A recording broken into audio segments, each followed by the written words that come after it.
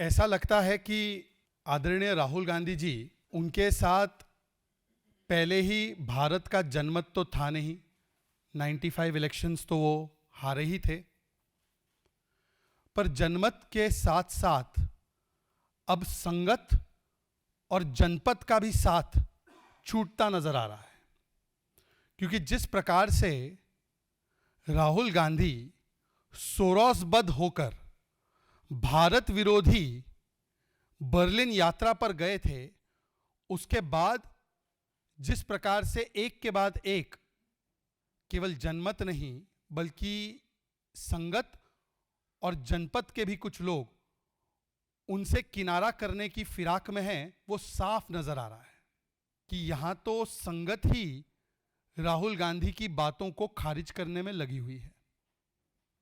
सबसे पहले राहुल गांधी जो बिहार में वोट चोरी कहते हैं, शशि थरूर जी तो कहकर आ गए कि भाई बिहार में पिछले 20 वर्षों में एनडीए की सरकार ने बहुत अच्छा काम किया है। मतलब कि उन्होंने राहुल गांधी के वोट चोरी के इस नैरेटिव को, इस एच बॉम्ब को पूरी तरह से डिफ्यूज कर दिया। फिर राहुल गांधी के एक और साथी है, लेफ्ट के सांसद जॉन ब्रिटास।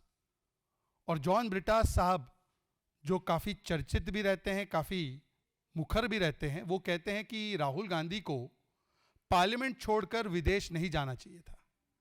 उन्होंने तो और भी बड़ी बात का डिस्क्लोजर कर दिया कि केवल लेफ्ट पार्टी ही नहीं बल्कि डीएमके भी राहुल गांधी की इस भारत बदनामी यात्रा के खिलाफ थी। और उन्होंने कहा कि राहुल गांधी जो है वो अपने काम को सीरियसली नहीं लेते। और यह बात खत्म हुई ही थी तो कांग्रेस पार्टी के एक और सांसद इमरान मसूद आ गए, और इमरान मसूद ने तो साफ साफ कह दिया कि अब उनको राहुल गांधी पर कोई भरोसा नहीं बचा है। अब राहुल हटाओ, प्रियंका जी को लाओ, प्रियंका जी को प्रधानमंत्री बनाने में अब उनको काम करना है। और इस बात का एंडोर्समेंट स्वयं रॉबर्ट वाड्रा जी की तरफ से भी आ गया कि हां बिल्कुल सही है। इसका मतलब जनमत तो राहुल से गया ही।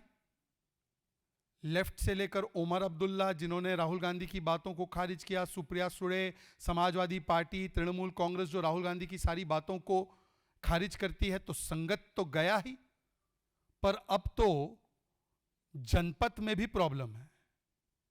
राहुल गांधी को ना अब जनमत हासिल है, ना संगत हासिल है, ना समर्थन जनपद हासिल है।